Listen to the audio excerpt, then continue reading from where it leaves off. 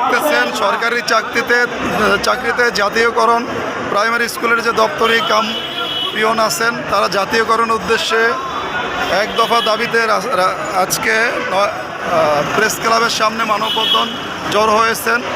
তারা বলতে চাচ্ছেন যে একটাই দাবি, স্বাধীন দেশে তাদের সাথে বৈষম্য করা হচ্ছে, স্বাধীন দেশে তাদের বৈষম্য করা হচ্ছে। ভাই কোথা থেকে আসছেন? আমি আসছি শরীয়তপুর। নাম আমার নাম মোহাম্মদ ইয়াসিন কবির। আমি যে কথা বলতে চাচ্ছি যে আজকে আমরা বিগত 11-12 বছর যাবৎ বলা চলে বৈষম্যের শিকার এমন একটা পরিস্থিতি হয়ে দাঁড়াইছে। আজকে দেখেন আমরা ক্ষুধার যন্ত্রণা এখানে আসছি। আজকে 2016 সালে যখন সর্বশেষ পে স্কেল দেয়, ওই পে স্কেলের পর আমাদের একটা টাকাও বেতন বাড়ে নাই। আজকে দ্রব্যমূল্যের দাম 3 গুণ বেশি হয়ে গেছে। স্ত্রী সন্তানের চোখে যখন জল দেখতে পায়,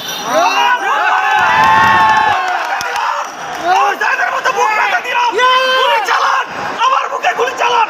একটা জীবনের বিনিময় যদি আমার 37,000 দপ্তরি জাতীয়করণ হয়, এই জীবন বিসর্জন দিয়ে আপনি বলছিলেন আপনি ফেনী থেকে আসছেন। না না, আমি দুঃখিত, শরীয়তপুর থেকে আসছেন। তো আমাদের দেশের অধিকাংশ, আমাদের দেশে প্রায় 1.5 কোটি মানুষ পানিবন্দী।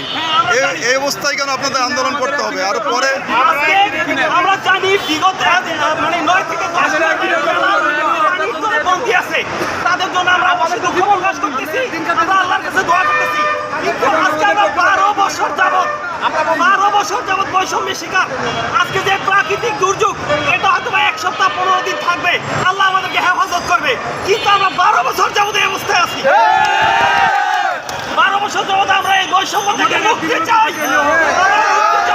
আমরা জাতীয়করণ চাই, একটাই দাবি, স্ত্রী সন্তানের চোখে জল দেখতে চাই না।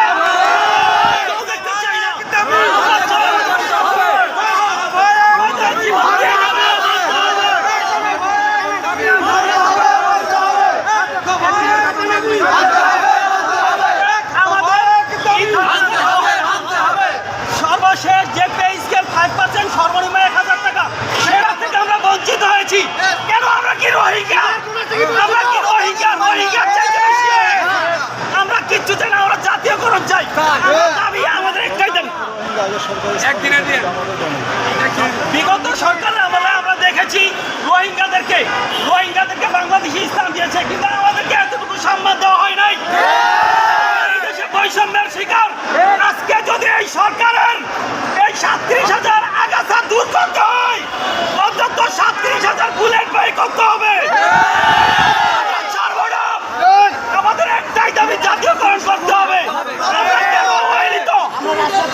এই বাংলার মাটিতে দাসত্বের ঠাঁই নাই, আমরা মুক্তি চাই।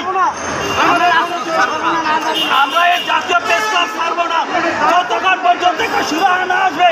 আমরা কোনো আশ্বাসে বিশ্বাসী নই, আশ্বাস মানি না।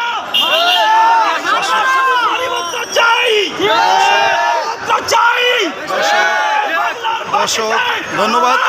দর্শক যেমনটা দেখতে পান, আমি বলতে চাই, এই বাংলাদেশকে যদি উন্নত করতে চান, তাহলে যেসব কারিগররা এই দেশটাকে উন্নত করবে, সেই সব কারিগর যে কারখানায় উৎপাদন হয়, সেই কারখানার সেবায় আমি নিয়োজিত। আপনাদের ব্যানারে দেখতে পাচ্ছি যে দপ্তরি কাম প্রহরী, আপনাদের কর্মঘণ্টা সম্পর্কে কিছু বলা আছে কিনা? কর্মঘণ্টা সম্পর্কে বলতে চাই, এখানে আমাদেরকে বলা হয় আমরা কি 24 ঘন্টা সার্ভিস দেবো। ইম্পসিবল, একটা মানুষের পক্ষে 24 ঘন্টা সার্ভিস দেওয়া সম্ভব নয়। 8 ঘন্টা ডিউটি করার নিয়ম, 8 ঘন্টা ডিউটি করার কোনো বিধান নেই। কেন আমরা 24 ঘন্টা ডিউটি করবো? আমরা আমাদের কর্ম এই কর্ম সময় নির্ধারণ করতে হবে। আমরা 12 বছর যাবৎ 3 জন কর্মচারীর কাজ আমি একা করি। আপনাদের এই অবস্থান কর্মসূচিতে কোনো আইন শৃঙ্খলা বাহিনীর পক্ষ থেকে সমস্যা বা বিরোধিতা বা বাধা আসছে কিনা? তারা আমাদেরকে সহযোগিতা করতেছে, তারা আমাদের পক্ষ নিয়েছে, আমাদের সহযোগিতা করতেছে। ঠিক আছে, আমরা আইন শৃঙ্খলা বাহিনীকে অবশ্যই ধন্যবাদ জানাই। তারা আমাদের পাশে আছে, আমাদেরকে সহযোগিতা করতেছে। আমরা তাদের প্রতি অবশ্যই কৃতজ্ঞ, আমরা তাদের প্রতি সন্তুষ্ট। ঠিক আছে, আমরা চাচ্ছি আমাদের দাবি আদায় না হওয়া পর্যন্ত আমাদের দাবি আদায় না হওয়া পর্যন্ত। দর্শক, আপনারা শুনছিলেন, যেমনটা দেখতে পারছিলেন যে তাদের দাবি না আদায় পর্যন্ত তারা অবস্থান কর্মসূচি চালিয়ে যাবেন এবং তারা আশাবাদী যে বাংলাদেশে বর্তমান যে ইন্টারিম গভর্নমেন্ট আছেন ডক্টর মোহাম্মদ ইউনূস, আশাবাদী উনি ওনাদের সমস্যাটা বুঝে ওনাদের এই প্রয়োজনীয় পদক্ষেপ নেবেন এবং অনায়াসই তাদের এই দাবি দাওয়া মেনে নিয়ে তাদেরকে রাষ্ট্রীয় সম্পদ গড়ার ক্ষেত্রে সহযোগিতা করবেন।